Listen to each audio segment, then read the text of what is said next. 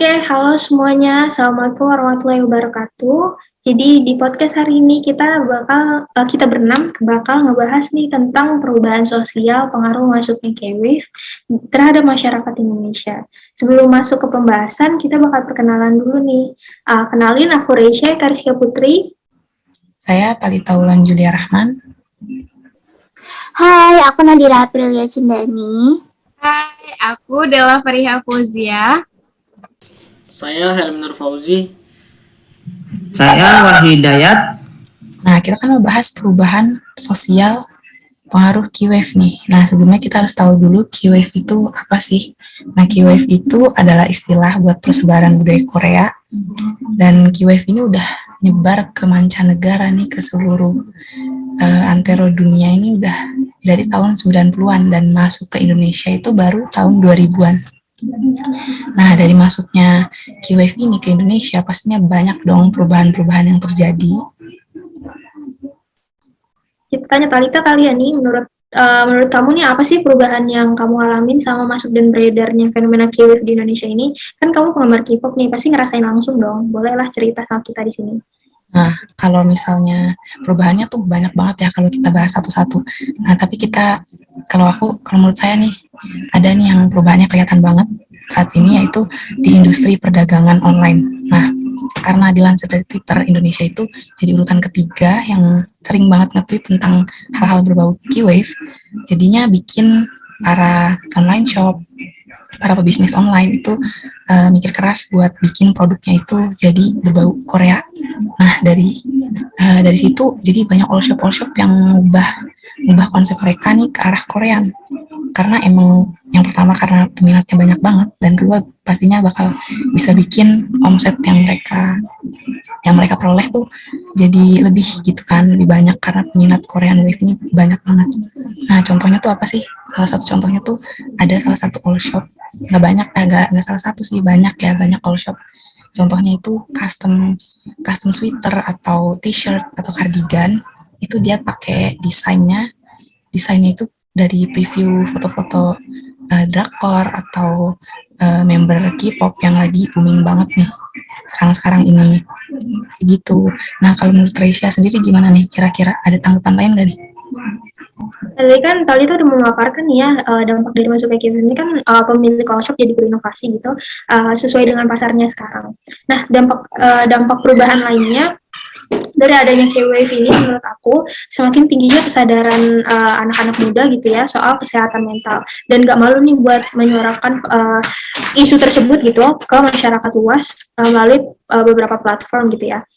Terus penyanyi-penyanyi juga khususnya penyanyi Korea nih, mereka tuh memiliki inspirasi untuk membuat lagu dengan berdasarkan keadaan kesehatan mental mereka nih. Jadi itu memotivasi juga menginspirasi penggemar untuk peduli tentang kesehatan mental, juga nggak malu nih buat bercerita gitu ya ke orang terdekat mereka dan meminta bantuan profesional gitu. Nah, dari gerakan tadi ternyata ada proyek yang dibuat sama salah satu fanbase terbesar di Indonesia nih, namanya ARMY. Nah, ARMY ini nama fansnya BTS. Nah, proyeknya ini adalah AHC Indonesia atau ARMY Health Center, di mana proyek ini berisi tentang seminar-seminar dan podcast nih seputar kesehatan mental. Jadi menurut aku nih, K-Wave terutama K-pop kan punya pengaruh yang lumayan besar nih ya di Indonesia, apalagi ARMY dan BTS tadi tuh merupakan salah satu boy group dan fanbase terbesar juga yang ada di Indonesia. Nah, mereka penggemar memanfaatkan dengan baik nih power mereka gitu untuk melakukan hal yang positif, dan hal positif tadi ternyata terinspirasi dari idol mereka gitu untuk mengedukasi nggak hanya di kalangan fans tapi juga non fans gitu sih. Nah, ternyata banyak juga nih ya perubahan-perubahannya nih ya, cukup besar juga perubahannya. Oke deh, kalau gitu dari kita cukup aja. Nanti kita lanjut nih dengerin topik selanjutnya bareng teman kita yang lain, yaitu Della dan Nadira.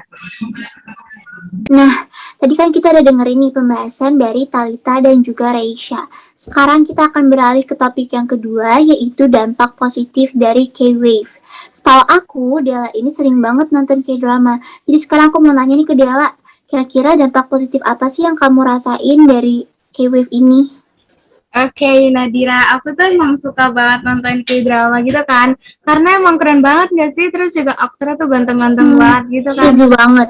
Nah, dari K-drama itu aku bisa pelajari kayak budayanya, terus bahasanya, gaya hidup mereka, perilaku mereka terhadap orang yang lebih tua, sama pola pikir mereka itu yang bikin aku nambah wawasan gitu loh. Jadi kayak terbuka dalam menghadapi suatu hal. Kayak contohnya nih drama startup, kamu tahu kan lah ya pasti drama. Tahu banget. Nah, dari drama startup tuh aku bisa belajar tentang perjuangan mereka, di mana mereka mulai perusahaan rintisannya sampai dia tuh ada di titik di mana dia berhasil membangun perusahaan rintisannya tersebut kan. Itu kayak bikin aku termotivasi banget gak sih? Terus juga aku juga bisa terinspirasi dari perjuangan mereka gitu loh. Terus juga aku tuh bisa tahu kalau hidup itu ada jatuh bangunnya gitu loh sebelum kita memetik kesuksesannya ya kan. Gitu sih Nadira. Nah, Bener banget. kalau kamu kayaknya lebih ke fashion ya Nadira. Nah, menurut kamu apa sih dampak yang kamu rasain dari fashion itu? Oke, ini based on my experiences. Jadi dulu tuh aku orangnya cuek banget, gak perhatiin penampilan sama sekali. Bener-bener kayak kalau aku kemana-mana tuh kayak bener-bener ya jelek banget lah gitu, buluk banget. Terus sampai akhirnya aku mengenal Korean fashion, Korean skincare, dan Korean makeup ini lewat internet. Nah, dari sini tuh aku bener-bener kayak jadi ngerti cara mix and match baju, aku ngerti cara berbusana yang baik tuh kayak gimana sih, cara memadu padankan warna tuh kayak gimana. Terus juga semenjak aku kenal skincare, aku jadi lebih aware dengan kesehatan kulit aku jadi lebih lebih ngejaga diri, ngerawat diri. Terus juga aku lebih percaya diri dengan make up aku, kayak gitu sih kurang lebih. Iya, benar. Aku tuh setuju banget. Dan emang sebagus itu nggak sih dampaknya, kayak keren banget. Sebenarnya juga banyak banget nggak sih dampak positif yang bisa kita ambil. Saking banyaknya tuh sampai nggak bisa kita jelasin satu-satu di sini gitu. Sayang banget ya. Ya, karena selanjutnya akan ada topik yang gak kalah menarik dari rekan kita nih, Nadira. Kamu tahu nggak siapa? Ham sama Wahyu bukan sih? Iya, betul banget. Oke, akan kita nantikan ya dan kita saksikan. Dadah. Nah, dari perbincangan Dela dan Nadira sebelumnya kan udah dibahas nih. Bagaimana sih dampak positif dari Korean Wave? Nah, sekarang saya pengen nanya nih ke Helmi. Menurut Helmi, dampak negatifnya tuh gimana sih? Karena nggak mungkin kan kalau nggak ada dampak negatifnya. Masuknya budaya luar ke Indonesia tuh ibaratkan pisau bermata dua. Ada manfaatnya dan ada juga ruginya. Nah, kalau menurut Helmi sendiri tuh ruginya yang ditimbulkan oleh Korean Wave tuh gimana sih? Menurut saya ada beberapa hal yang dapat menyebabkan kerugian. Yang pertama itu bisa menyebabkan rusaknya akidah generasi penerus. Tunggu sebentar nih.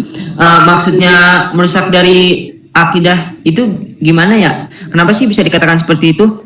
Iya, akidah karena mereka generasi penerus cenderung meniru-niru budaya Korea dalam semua segi kehidupan seperti cara berbusananya, aksesoris, gaya hidup, makanan, minuman, tingkah laku, kepribadian, semuanya mencontoh para idola.